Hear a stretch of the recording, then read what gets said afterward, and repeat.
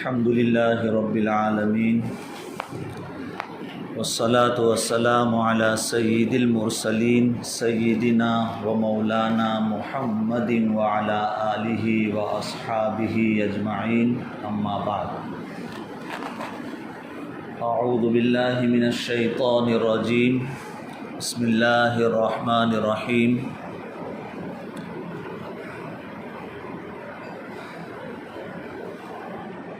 قال يا بني إني أرى في المنام أني أذبحك فانظر ماذا ترى قال يا أبت افعل ما تؤمر ستجدني إن شاء الله من الصابرين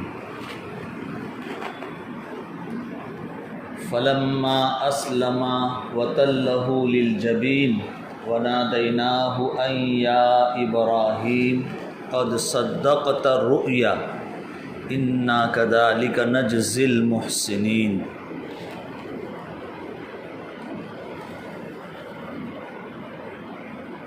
وقال الله تعالى لن ينال الله لحومها ولا دماؤها ولكن يناله التقوى منكم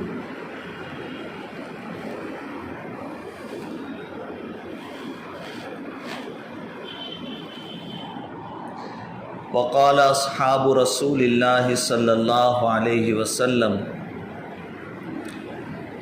ما هذه الاضاحی قال رسول اللہ صلی اللہ علیہ وسلم سنت ابیکم ابراہیم قالوا فما لنا فیہا یا رسول اللہ قال رسول اللہ صلی اللہ علیہ وسلم بکل شعرۃ حسنہ صدق اللہ العظیم وصدق رسولہ النبی الکریم ونحن علی ذلک لمن الشاہدین والشاکرین والحمد للہ رب العالمین۔ محترم بزرگوں، اللہ کے حکم کو بلا چوں چرا کے یہ قبول کر لینا، اس کو بندگی کہتے ہیں، اس کو اسلام کہتے ہیں۔ سرنڈر ہو جانا، مطیع اور فرما بردار ہو جانا۔ جو حکم میرے آقا، اب سمجھ میں بات آئے یا نہ آئے، عقل میں آئے کہ نہ آئے، بات کو قبول کر لینا اور اس پر عمل کے لیے تیار ہو جانا، یہ بندگی ہے اور یہ اسلام ہے۔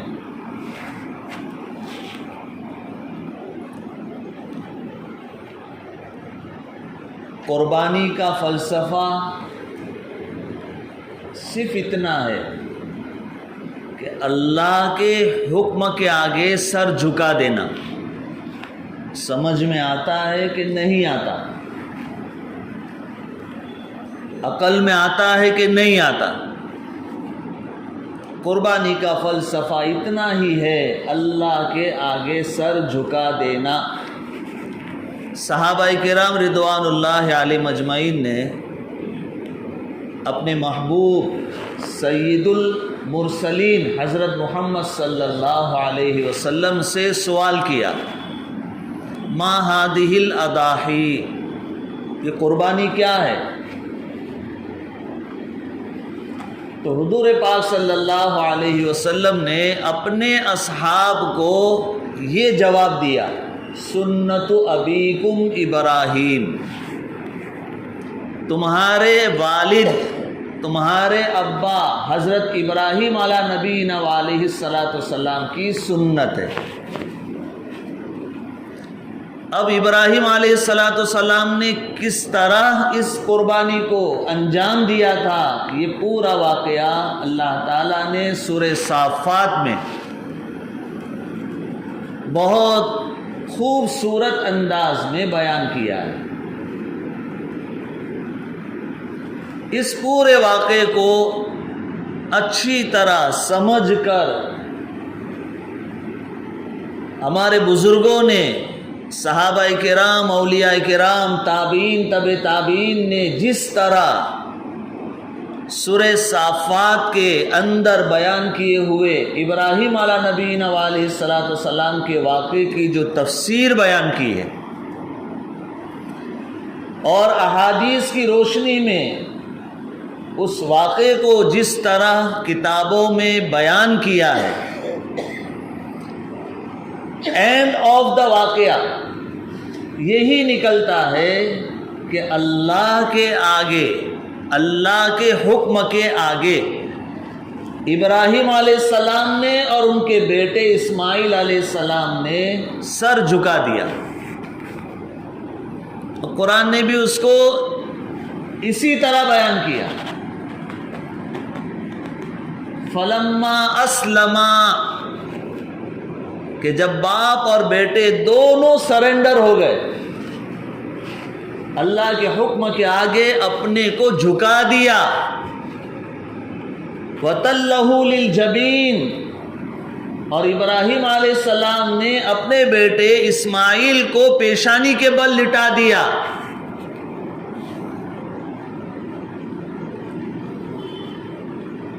جب انہوں نے یہ کام کر لیا، اپنے آپ کو سرنڈر کر دیا، تو اللہ کی طرف سے یہ آواز آتی ہے، قد صدقت الرؤیا، اے ابراہیم آپ نے خواب کو سچ کر بتایا۔ یہی مقصود تھا، ہمیں یہی دیکھنا تھا کہ میرے حکم کے آگے میرا خلیل کس طرح سر جھکا دیتا ہے،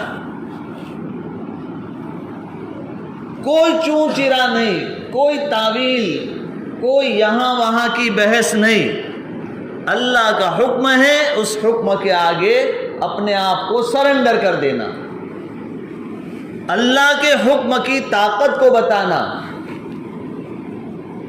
کہ وہ رب العالمین کسی بات کا حکم دے تو اس کا تقاضا یہی ہے کہ اس حکم کو پورا کیا جائے، اس کو کسی عقل کے پیمانے میں تولنے کی کوئی ضرورت نہیں ہے۔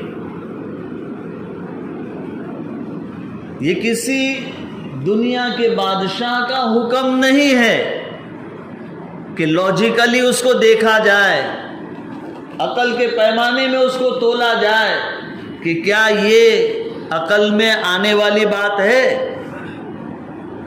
یہ کوئی دنیا کے عام بادشاہ کا حکم نہیں ہے، یہ رب العالمین، احکم الحاکمین، اللہ رب العزت، اللہ جل جلالہ، اللہ کا حکم ہے۔ اس کی طاقت یہ ہے کہ وہ حکم آئے اور بندگی کا تقاضا یہ ہے کہ اس حکم کو پورا کرے، اس حکم کو پورا کرے، بندگی کا تقاضا یہ، اللہ کا حکم آتے ہی اس حکم کو پورا کر دینا، یہ اللہ رب العزت کو بندوں سے چاہیے۔ وَمَا خَلَقْتُ الْجِنَّ وَالْإِنسَ إِلَّا لِيَعْبُدُونَ، میں نے جنات اور انسان کو اس لیے پیدا کیا کہ وہ میری بندگی کرے۔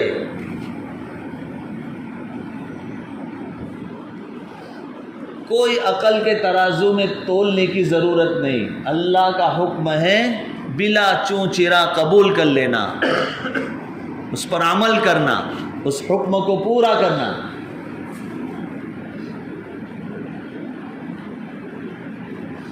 حضرت ابراہیم علیہ نبینا علیہ الصلوۃ والسلام نے یہی کیا۔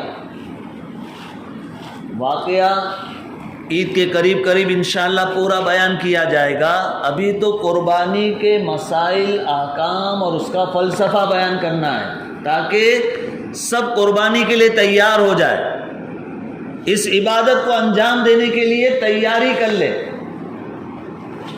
ابراہیم علیہ نبینا علیہ الصلوۃ والسلام کو خواب میں یہ نظر آیا کہ وہ اپنے بیٹے اسماعیل کو ذبح کر رہے، اب یہ 2-3 دن اونٹوں کی قربانی کے ذریعے سے اللہ کے اس حکم کو پورا کرنے کا عمل انجام دیا کہ اللہ یہی چاہتے ہیں، لیکن برابر وہ خواب آتا رہا۔ ابراہیم علیہ نبینا علیہ السلام سمجھ گئے کہ اللہ یہ چاہتے ہیں کہ میں اپنے بیٹے اسماعیل کو ذبح کروں۔ اب کون سا لاجک ہے کہ انسان کسی انسان کو قتل کرے، باپ اپنے بیٹے کو ذبح کرے؟ کوئی لاجک اس کے اندر نہیں، کوئی عقل میں آنے والی بات ہی نہیں ہے ظاہری طور پر۔ لیکن ابراہیم علیہ نبینا علیہ السلام نے سمجھ لیا یہ اللہ کا حکم ہے۔ عقل میں آتا ہے نہیں آتا، سمجھ میں آتا ہے نہیں آتا، کوئی لاجک ہے نہیں ہے، کوئی چیز دیکھنے کی ضرورت نہیں، بلا چوں چرا اس حکم کو مان لینا، یہی تو بندگی ہے۔ یوں تو آپ دیکھیں تو ایک انسان کو قتل کرنا قرآن کریم میں پوری انسانیت کو قتل کرنے کے برابر قرار دیا گیا۔ فَكَأَنَّمَا قَتَلَ النَّاسَ جَمِيعًا، قرآن میں تمام انسانوں کو قتل کر دیا ہو، اس طرح ہے ایک انسان کو قتل کرنا۔ اور یہاں تو بچہ ہے، اس بچے کو تو عام حالت جنگ میں بھی مارا نہیں جاتا۔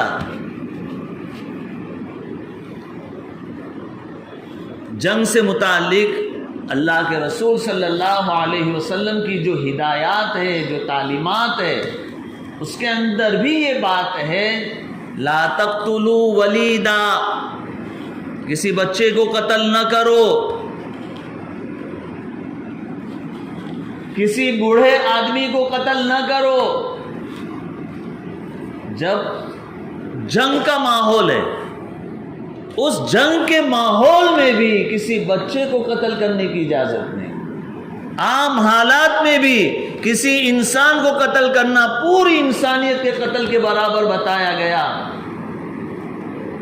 لیکن یہاں پر اللہ تعالیٰ اپنے نبی کو یہ حکم دے رہے ہیں کہ اپنے بیٹے اسماعیل کو ذبح کرو۔ کوئی لاجک نہیں نظر آ رہا ہے، لیکن حضرت ابراہیم علیہ نبینا علیہ السلام نے بلا چوں چرا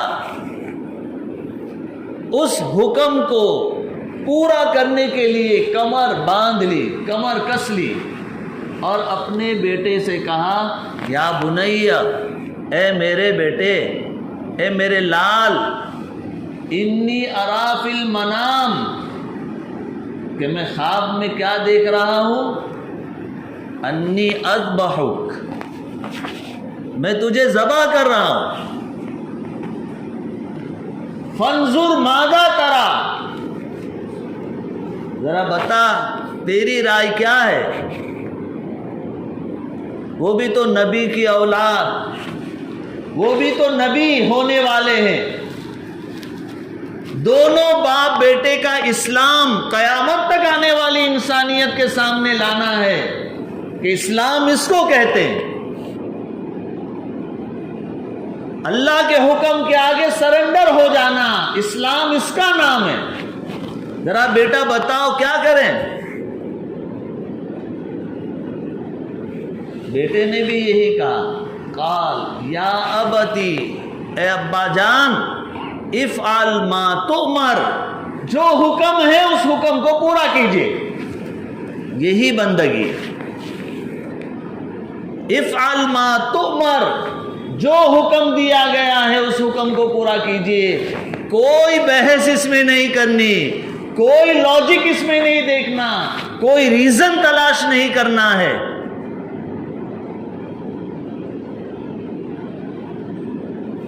باپ تیاری کر رہا ہے، بیٹا بھی تیار. یہی ہے قربانی جو اللہ کے رسول صلی اللہ علیہ وسلم نے صحابہ کرام کو سمجھایا. سنت ابیکم ابراہیم، تمہارے ابا ابراہیم علیہ السلام کی سنت ہے کہ اپنے آپ کو اللہ کے حکم کے آگے سرنڈر کر دینا، یہی قربانی ہے.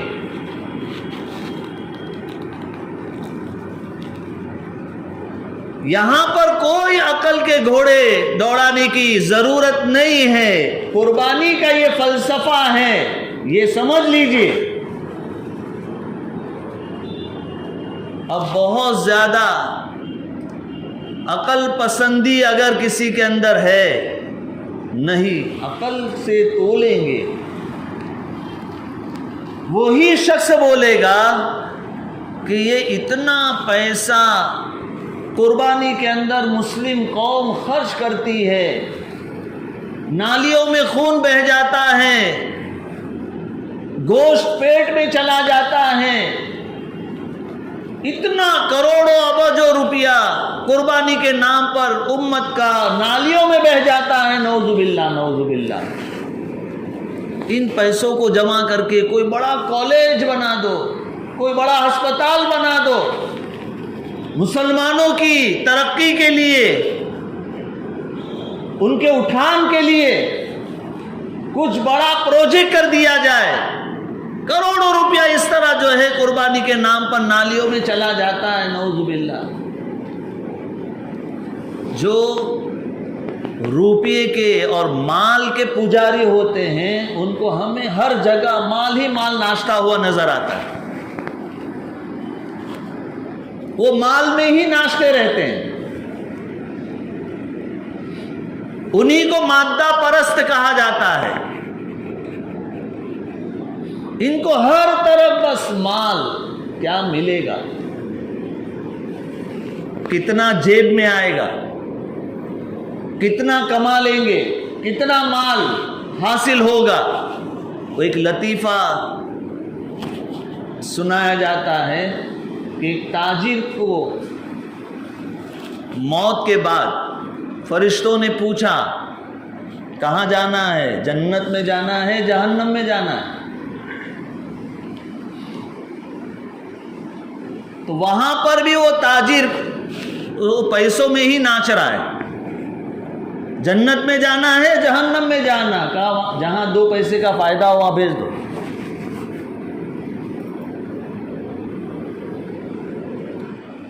یہ تمام کی تمام باتیں جو دماغوں میں آتی ہے یہ مادہ پرستی کی علامت ہے.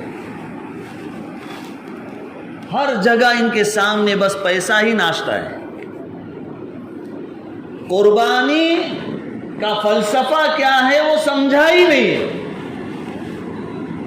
قرآن اور سنت کی روشنی میں اگر اس کو سمجھنے کی کوشش کی جائے تو قربانی کا فلسفہ صرف اور صرف اسلام ہے. اللہ کے حکم کے آگے سرنڈر ہو جانا.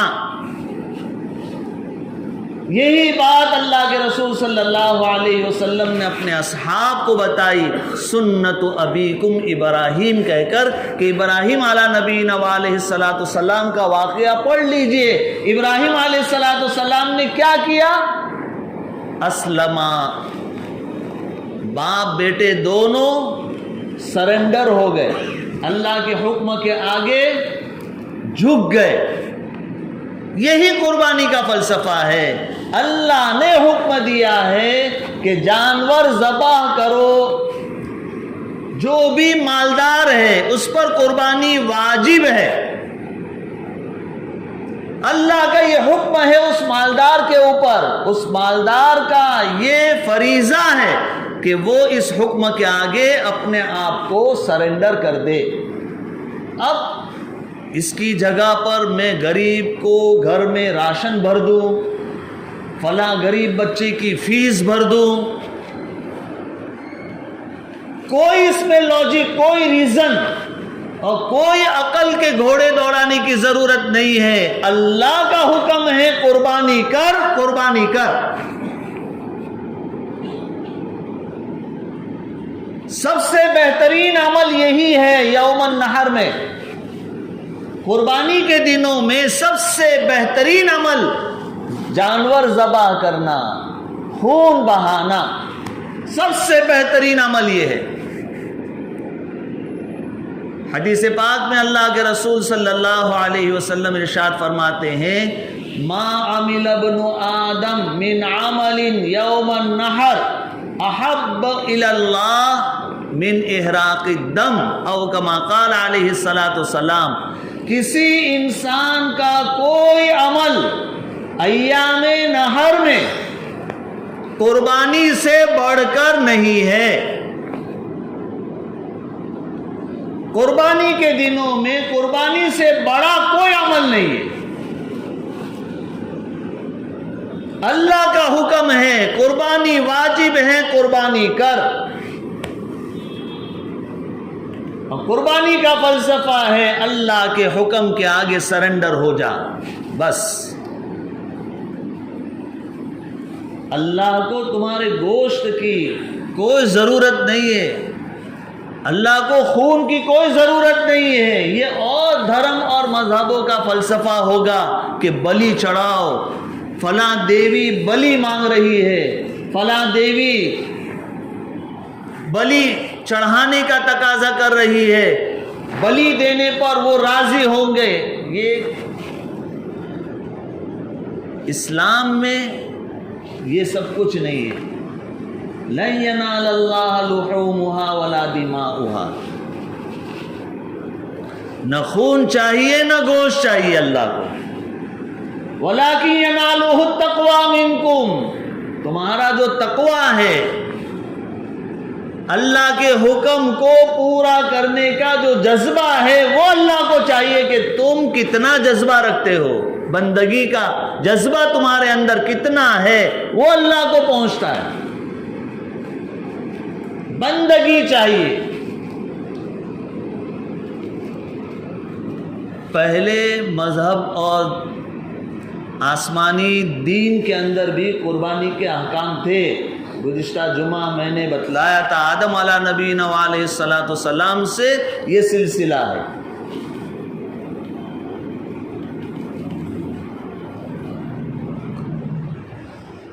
قربانی پیش کی جاتی تھی، اس کا طریقہ یہ ہوتا تھا کہ کوئی جانور ذبح کرو اور اس کو کسی پہاڑ پر رکھ کر آؤ یا میدان میں رکھو. آسمان سے آگ آئے گی اور قربانی کو اس آگ نے کھا لیا تو یہ تمہاری قربانی قبول ہے، ورنہ قبول نہیں ہے. اور تھوڑی تھوڑی چیز کے اوپر قربانی کا حکم تھا، بہت زیادہ قربانی کا حکم. لیکن یہ قربانی میں پیش کیا ہوا جانور، اس کا گوشت نہیں کھا سکتے تھے. اس کو پہاڑ پر رکھو یا میدان میں رکھو، آگ آئے گی، اس کو جلائے گی، کھا جائے گی، اور وہ علامت ہے قربانی کے مقبول ہونے کی. یہ تو صدقہ ہے ہمارے آقا سید المرسلین حضرت محمد مصطفیٰ صلی اللہ علیہ وسلم کا، کہ آپ کو خاص طور پر یہ اجازت دی گئی ہے کہ جو جانور قربانی میں پیش کیا جائے گا اس کا گوشت تم کھا سکتے ہو. یہ اللہ کی طرف سے مہمانی ہے، یہ صدقہ ہے سید المرسلین حضرت محمد صلی اللہ علیہ وسلم کا. ورنہ پہلے بھی قربانی تھی، وہ قربانی کا گوشت کھا نہیں سکتے تھے. یہ تو قربانی کرو، اللہ کے حکم کو پورا کرو اور وہ اللہ کی طرف سے مہمانی سمجھ کر کھاؤ. اسی کو کہتے ہیں ہم خرما ہم ثواب، کہ کھجور بھی کھاؤ اور ثواب بھی ملے. عید کے دن عید کی نماز میں آنے سے پہلے عید الفطر میں کھجور کھا کر کے آنا سنت ہے، تو کھجور بھی کھاؤ، کھجور کھانے کا مزہ بھی لو اور ثواب بھی مل جائے. افطار کے وقت کھجور سے افطار کرنا سنت ہے، یہ ہم خرما ہم ثواب، کھجور بھی کھاؤ اور ثواب بھی مل جائے۔ نکاح کے وقت میں چھہاروں کا لٹانا یہ سنت ہے، چھہارے بھی کھاؤ اور ثواب بھی کماؤ۔ قربانی اللہ کا حکم بھی پورا کرو اور قربانی کا گوشت بھی کھاؤ اللہ کی طرف سے مہمانی سمجھ کر۔ یہ اس امت کو خاص طور پر اللہ کی طرف سے انعام ملا ہے پیغمبر حضرت محمد صلی اللہ علیہ وسلم کے صدقے میں۔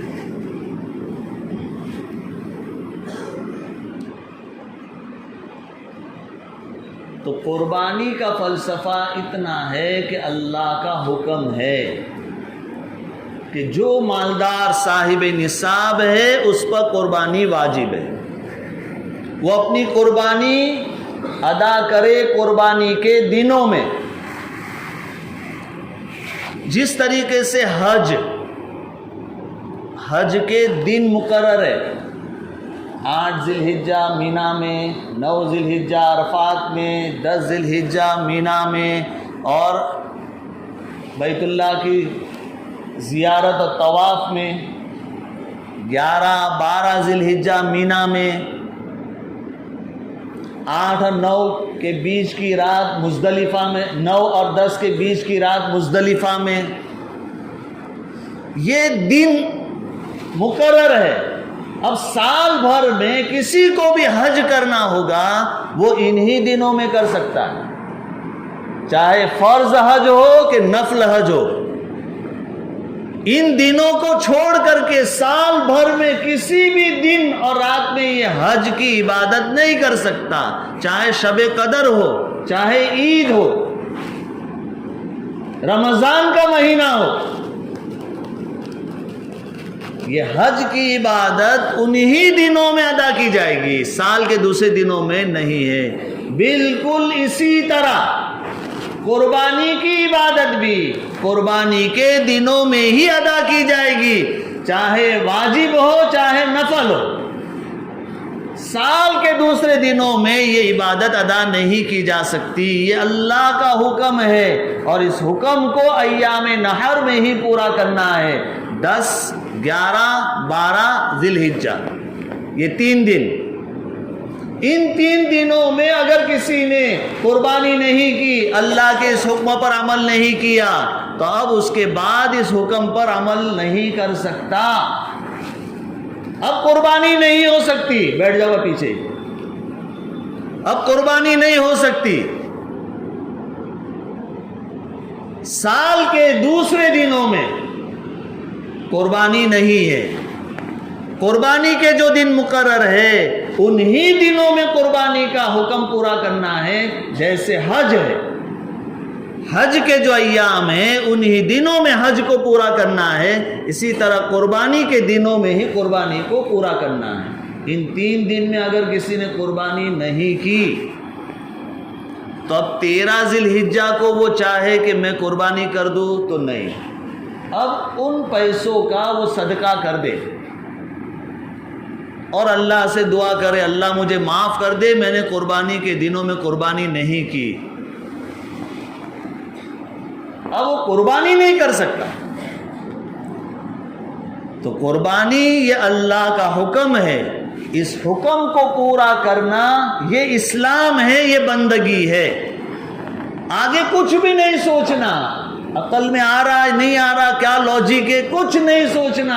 اللہ نے کہا ہے جانور ذبح کرو تو جانور ذبح کرو، اور اللہ کے رسول صلی اللہ علیہ وسلم نے فرمایا ایام نحر میں احراق دم، خون کے بہانے سے زیادہ محبوب اور پسندیدہ عمل اللہ کے نزدیک کوئی عمل نہیں۔ تو جو صاحب نصاب ہے، صاحب نصاب کس کو کہتے ہیں؟ جس کے پاس 52.5 تولہ چاندی ہو یا 7.5 تولہ سونا ہو، یا دونوں ملا کر اتنا بن جائے کہ 7.5 تولہ سونا آ جائے، یا تجارت کا اور بزنس کا سامان اتنا ہے کہ جو قیمت میں 7.5 تولہ سونے کے برابر ہو جائے، اتنا پیسوں کا جو مالک ہے، سال گزرا ہو کہ نہ گزرا ہو، وہ زکوٰۃ میں ہے سال کا گزرنا۔ یہاں پر اتنے مال کا مالک ہے، اس پر قربانی واجب ہے، اس کو اپنی قربانی کرنا ہے۔ اب جس کے پاس بھی ہے ان سب پر ہے، ایسا نہیں کہ گھر میں ایک قربانی کر لی سب کے طرف سے ہو گئی۔ جس کے پاس یہ مال ہے، گھر میں 2 بھائی ہے، باپ ہے، ماں ہے، سب مالدار ہے ماشاءاللہ، تو سب پر قربانی ہے۔ اب قربانی اس کو کرنا ہے۔ بکرا دمبا ہے تو اس میں ایک ہی حصہ ہوتا ہے، بڑا جانور ہے، اونٹ ہے، بیل ہے، پاڑا ہے، تو اس میں 7 حصے ہوتے ہیں۔ 7 حصے اس میں کر کے قربانی کا فریضہ پورا کرنا ہے۔ یہ اللہ کا حکم ہے، اس کو پورا کرنا ہے۔ اگر کوئی اس حکم کو پورا نہیں کرتا تو اللہ کے رسول صلی اللہ علیہ وسلم فرماتے ہیں کہ جس پر قربانی واجب ہے اور وہ قربانی نہ کرے تو عید کی نماز کے لیے عیدگاہ کے قریب بھی نہ آوے۔ کیا ضرورت ہے اس کو عید کی نماز پڑھنے کی؟ اللہ کا حکم جو پورا نہیں کرتا وہ کون سی خوشی اور عید منانے کے لیے آیا ہے؟ تو اصل بندگی، اصل قربانی کا فلسفہ یہ ہے، اللہ کا حکم پورا کیجئے، قربانی کیجئے۔ اب یہ جو جہالت ہے کہ گھر میں ایک قربانی کر دی اور پھر بعد میں اگلے سال گھر میں ایک قربانی کر دی، سب کی طرف سے ہو گئی، یہ سمجھنا غلط ہے۔ جتنے بھی مالدار ہیں سب پر قربانی ہے، اور یہ سمجھنا کہ اس سال جو ہے ابا کی طرف سے کی تھی، اب آئندہ سال امی کی طرف سے کر دیں گے، اس سال میری طرف سے کی تھی آئندہ سال بیوی کی طرف سے کر دیں گے، یہ سب اپنے اپنے بنے بنائے مسائل ہے۔ مسئلہ اچھی طرح سمجھیے، جو بھی مالدار ہے، جتنے بھی مالدار ہے، سب پر قربانی واجب ہے، اور جب بھی مالدار ہے تب قربانی واجب ہے۔ ایک سال ہے دوسرے سال نہیں، ایسا نہیں ہے۔ اپنی طرف سے قربانی ضرور ادا کرے، اور اللہ رب العزت نے مال میں وسعت بخشی ہے تو دل کو کشادہ کیجیے، اس حکم کو اور کشادگی کے ساتھ، وسعت کے ساتھ میں پورا کیجیے کہ اپنے مرحومین کے ایصال ثواب کے لیے قربانی کر لی، یا اللہ کے رسول حضرت محمد مصطفیٰ صلی اللہ علیہ وسلم کے لیے بھی قربانی کر دی، اس لیے کہ اللہ کے رسول صلی اللہ علیہ وسلم نے بھی امت کے لیے قربانی کی ہے، تو امت کو بھی چاہیے کہ اگر وسعت اس کے پاس ہے، کشادگی ہے، مال کی فراوانی ہے، اللہ نے خوب برکت بخشی ہے، تو جہاں وہ اپنی قربانی کرتا ہے ساتھ ساتھ میں اپنے پیغمبر رسول اللہ صلی اللہ علیہ وسلم کے لیے بھی قربانی کرے۔ یہ حکم ہے اللہ کا، اس حکم کو پورا کرے۔ اور یہ قربانی کے دنوں میں ہی ادا کی جائے گی۔ عید کے دن یعنی 10 ذی الحجہ، اس کے بعد 11 ذی الحجہ، اس کے بعد 12 ذی الحجہ۔ 12 ذی الحجہ کا سورج غروب ہوتے ہی قربانی کا سمے سماپت، وقت ختم ہو گیا۔ اب سال بھر کوئی دن میں تم قربانی نہیں کر سکتے۔ یہ الگ چیز ہے کہ آپ کوئی جانور ذبح کر کے اس کا گوشت غریبوں میں صدقہ کرے، وہ الگ مسئلہ ہے۔ قربانی نہیں کر سکتے۔